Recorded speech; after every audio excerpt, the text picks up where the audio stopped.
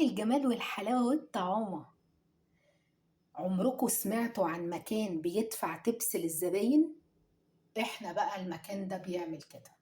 ايه ده؟ ازاي ده؟ شايفين الطبق الحلو ده؟ طبق سلطة ايه؟ لو دقتوه فعلا هتطلبوه كتير جدا جدا من مطبخنا. سلطة معمولة بقى بكل الحاجات الحلوة، بقدونس وبصل وتوم وطماطم وخيار ومحطوط فيها كمون وسماق ومحطوط فيها بابريكا. يعني سلطة من الآخر تحفة، وفيها طبعا خل وليمون وزيت.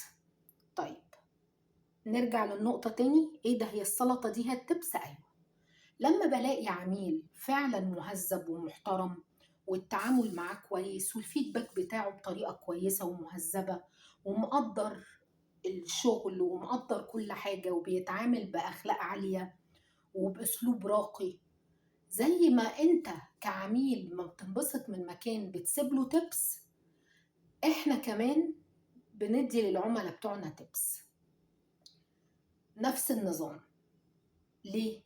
لان فعلا انا ببقى مبسوطة جدا ان في عملاء محترمة ملتزمة في مواعيدها. يعني انا مش عايزة اقول لكم ان الطلب ده فلوسه مدفوعة مقدما، من غير ما اتعب مع العميل ومن غير ما افكره كل شوية، ومن غير ما اقول له يا فندم احنا محتاجين حضرتك تدفع ديبوزيت كذا عشان الاوردر بتاع حضرتك يتعمل، ده احنا محتاجين حضرتك تقدم لنا كذا، ده احنا محتاجين حضرتك تعمل لنا كذا.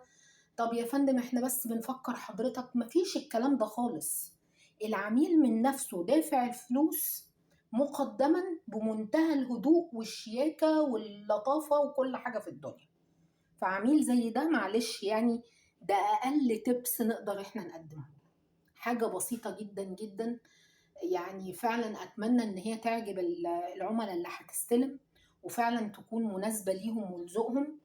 ويعني دي أبسط حاجة، بس هي على فكرة مش هدية رخيصة. العلبة اللي حضرتك شايفها دي تمنها 120 جنيه. دي علبة سلطة كبيرة تأكل أفراد كتير. دي تمنها. انت متخيل بقى ان انت تطلب اكل من مكان ويتاخد تبس 120 جنيه؟ اعتقد دي ما حصلتش قبل كده. مفيش مكان عمل ده قبل كده.